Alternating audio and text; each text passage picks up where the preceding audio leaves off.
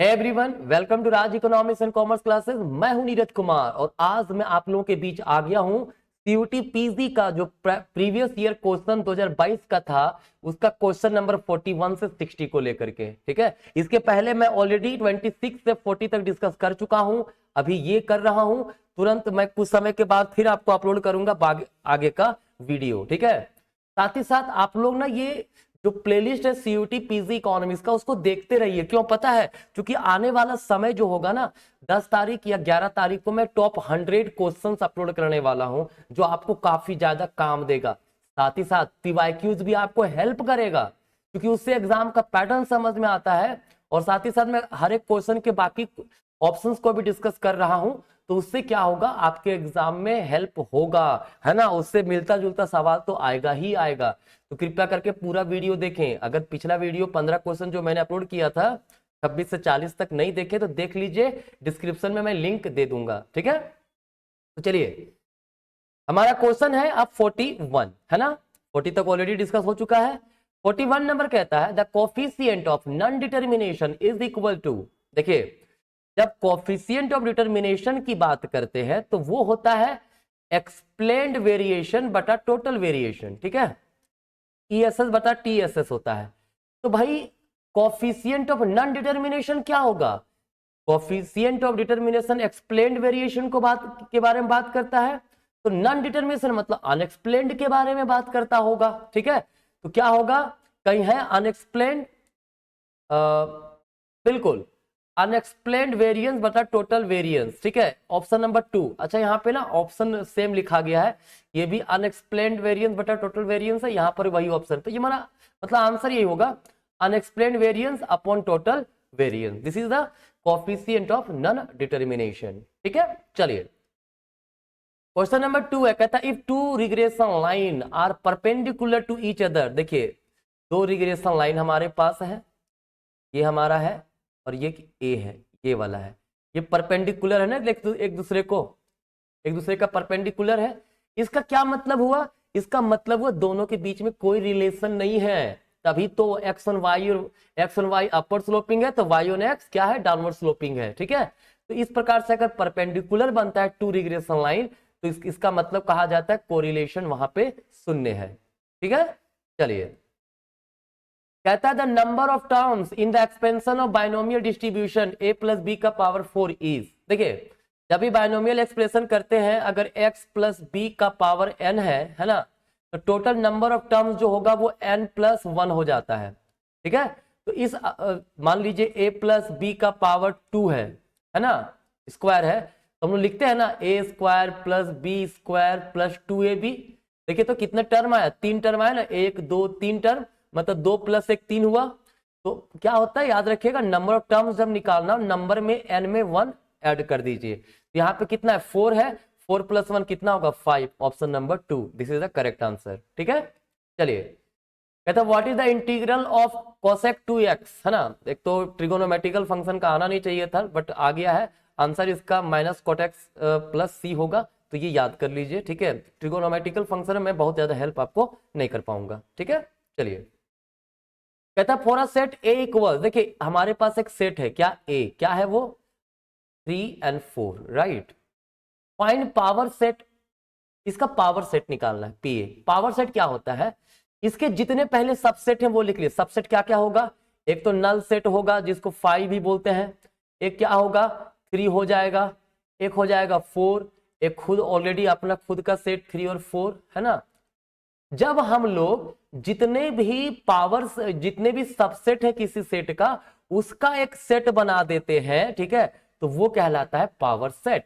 तो यहाँ पे ऑप्शन में क्या है, लास्ट ऑप्शन हमारे पास देखिए, है ना, नल सेट 3 4 और 3 4। क्लियर, जितने भी सबसेट्स है उसका सेट जो होगा वो कहलाता है पावर सेट। ठीक है, चलिए क्वेश्चन नंबर 46 से कहता है if the international terms of trade settles at a level that is between each countries opportunity cost. ठीक है, देखिए टर्म्स ऑफ ट्रेड जो है वो सेटल होता है किस बेसिस पर, अपॉर्चुनिटी कॉस्ट के बेसिस पर। ठीक है, तो भाई अपॉर्चुनिटी कॉस्ट लोग जब यूज कर रहा है तो ऑब्वियस सी बात है दोनों कंट्री यूज कर रहे हैं, दो कंट्री ट्रेड कर रहा है ए और बी। ठीक है, तो ऐसे सिचुएशन में क्या होगा ना, दोनों ही कंट्री को गेन ही मिलेगा।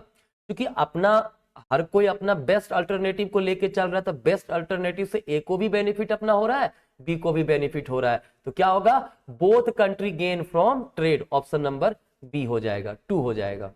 ठीक है, चलिए नेक्स्ट है Haberler theory of opportunity cost is presented by. देखिए हैबरलर ने ना अपॉर्चुनिटी कॉस्ट के बारे में का यूज करते हुए इंटरनेशनल ट्रेड का थ्योरी दिया था। अपॉर्चुनिटी कॉस्ट को ट्रांसफॉर्मेशन कर्व भी बोलते हैं या तो प्रोडक्शन पॉसिबिलिटी कर्व, इसी से अपॉर्चुनिटी कॉस्ट डिराइव होता है, इसी से हम लोग मार्जिन अपॉर्चुनिटी कॉस्ट के बारे में बात करते हैं। ठीक है, तो ऑप्शन नंबर 4 होगा, ये प्रोडक्शन पॉसिबिलिटी कर्व से रिलेटेड है। क्लियर, चलिए कहता है an exchange rate which also takes into account the relative price of products in the countries being compared is known as. ठीक है, देखिए अगर हम बात करें कि एक्सचेंज रेट में जो डिटरमाइन हम लोग करते हैं, है ना, उसमें अगर मैं ऐसा लेकर के चल रहा हूं कि अपने कंट्री का करेंसी का value with respect to other country का करेंसी लेके चल रहा हूं, तो वो नॉमिनल एक्सचेंज होता है। ठीक है, बट यहां कह रहा है कि हम लोग प्रोडक्ट के बारे में बात कर रहे हैं, प्राइस ऑफ द प्रोडक्ट की बात करेंगे, कंपेयर करेंगे दो कंट्री के बीच में, मेरे कंट्री में प्राइस, प्रोडक्ट का प्राइस क्या, उस कंट्री में क्या है। ठीक है, इसके बेसिस पर अगर एक्सचेंज रेट की बात करते हैं तो वो हमारा रियल एक्सचेंज रेट कहलाता है। ठीक है, एप्रिसिएशन का मतलब होता है डोमेस्टिक करेंसी का वैल्यू राइज करना, डेप्रिसिएशन का मतलब होता है डोमेस्टिक करेंसी का value with respect to foreign currency fall करना। ठीक है, तो हमारा आंसर ऑप्शन नंबर 3 होगा, real exchange rate. Clear, next कहता है which of the following is consistent with the idea of expansionary physical policy. देखिए एक्सपेंशनरी फिजिकल पॉलिसी का मतलब होता है जब सरकार जो है मनी सप्लाई बढ़ाने की कोशिश करती है, मतलब इकोनॉमी में सरकार एक्सपेंसेस बढ़ा देगी, टैक्सेस घटा देती है। ठीक है, वो एक्सपेंशनरी फिजिकल पॉलिसी कहलाता है। तो पहला है the fact that government increases expenditure during recession. बिल्कुल, रिसेशन से बाहर निकलने के लिए सरकार क्या करती है, गवर्नमेंट स्पेंडिंग बढ़ाती है। तो ये तो ऑप्शन सही है, हमारा आंसर तो यही हो गया। बाकी देख लेते हैं। नेक्स्ट है the fact that tax is unleaded petrol is lower than that of leaded petrol. नहीं, ये हमारा नहीं होगा आंसर। ठीक है, ये एक्सपेंशनरी फिजिकल पॉलिसी से रिलेटेड नहीं है। The fact that people's income increase the amount that they pay in taxes also increases. बिल्कुल नहीं, टैक्स रिड्यूस होना चाहिए एक्सपेंशनरी फिजिकल पॉलिसी में, तो ये भी नहीं होगा, ये भी नहीं होगा। हमारा आंसर ऑप्शन नंबर 1 होगा। ठीक है, चलिए कहता है find the minor of element 8 in the determinant A बराबर। ये हमारा ए डिटरमिनेंट हमारे पास दिया हुआ है, इसमें कहता है एलिमेंट 8 जो है इसका माइनर निकालिए। जब भी माइनर निकालने बोलेगा किसी भी एलिमेंट का, तो उसका रो और उसका कॉलम को हटाइए, बचा कितना, 4 6 5 9, इसका डिटरमिनेंट निकाल दीजिए। क्या होगा, 9 इन दोनों को मल्टीप्लाई, 9 4 जा 36 माइनस 6 5 जा 30, कितना आ गया 6। Answer option number 1, this is the correct answer. ठीक है, चलिए नेक्स्ट है for the total cost function. Total cost function is given, find the marginal cost. देखिए भाई, जब भी टोटल कॉस्ट फंक्शन दिया हुआ है, मार्जिनल कॉस्ट निकालना है, हमें डिफरेंशिएट करना है कॉस्ट फंक्शन को आउटपुट के रिस्पेक्ट में। ठीक है, तो 1000 कांस्टेंट है, डिफरेंशिएशन 0 हो गया। 120x का कितना हो जाएगा, 120x का चूंकि होता है 1 प्लस 14x स्क्वायर का कितना हो जाएगा, 28x हो जाएगा, चूंकि x स्क्वायर का 2x इंटू हमारा क्या है 14। ठीक है, और x क्यूब का क्या हो जाएगा, x क्यूब हो जाएगा हमारा 3x स्क्वायर। तो देखिए इतना आंसर है 120 plus 28x plus 3x square, बिल्कुल ऑप्शन नंबर 2 में है। ठीक है, चलिए यहाँ क्वेश्चन नंबर 22 देखिए, कहता है सॉरी 52, कहता है if the value of standard deviation is 3। देखिए स्टैंडर्ड 3 दिया हुआ है ना, अर्थमेटिक मीन जो है हमारा ये 3 दिया हुआ है, अर्थमेटिक मीन जो हमारा है x बार वो कितना 9 है। Find the coefficient of variation. देखिए सी भी जब भी निकालना हो ना, तो क्या होता है, जब भी सी भी निकालने की बात करेंगे तो इसका मतलब हो जाएगा हमारा standard deviation by mean into 100। ठीक है, क्लियर है। तो भाई इसका क्या मतलब हुआ, क्या है 3/9 इंटू 100 है ना, तो क्या हो जाएगा 3 कितना आएगा 1/3 इंटू 100 है ना, जो कि आ जाएगा कितना 33.33%। ठीक है, तो आंसर ऑप्शन नंबर 2 होगा।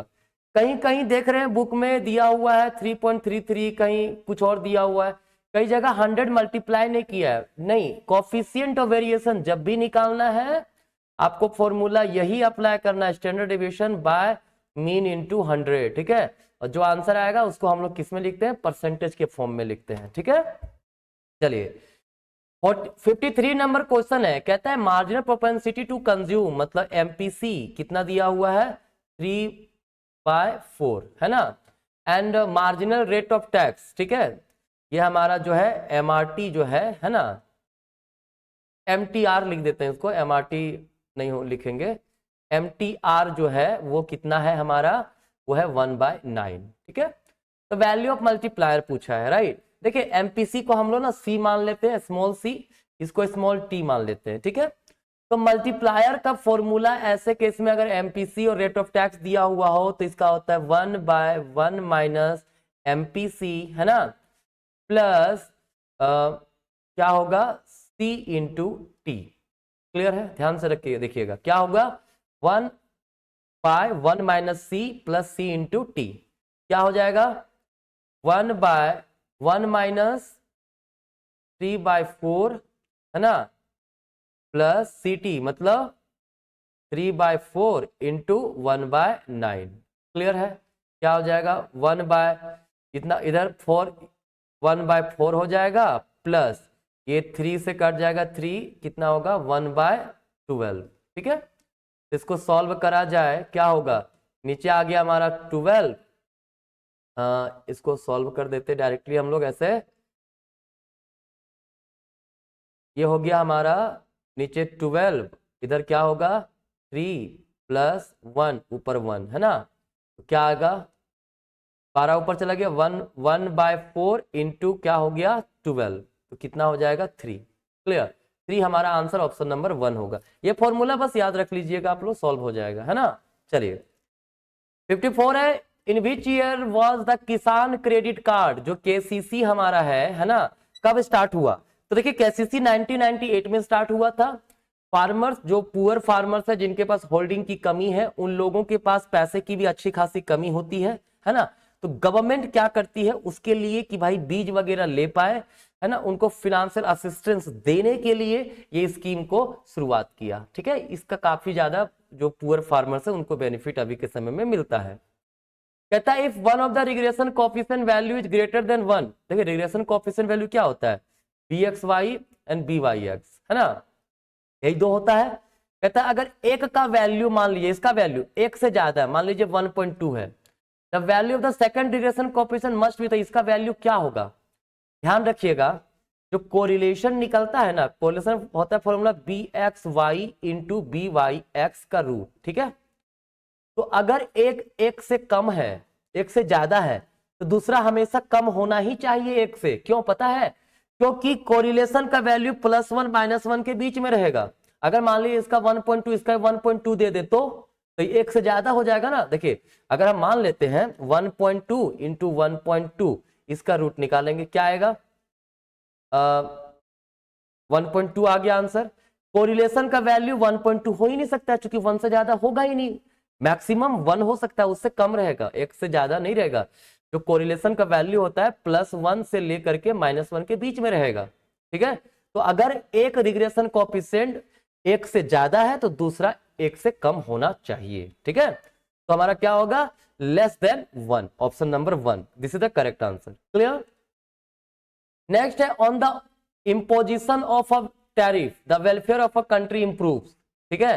देखिए जब टैरिफ इंपोज करें और टर्म्स ऑफ ट्रेड से जो गेन प्राप्त हो रहा हो ज्यादा हो लॉसेस की अपेक्षा, ठीक है। मतलब जब टैरिफ इंपोज किए है ना, तो ऑब्वियस सी बात है हमारे देश में क्या होगा, प्रोडक्शन कंजम्पशन में कमी आएगा, ठीक है, क्योंकि लोग खरीद नहीं पाएंगे ज्यादा प्रोडक्ट, क्योंकि महंगा हो जाता है टैरिफ लगाने के बाद, है ना।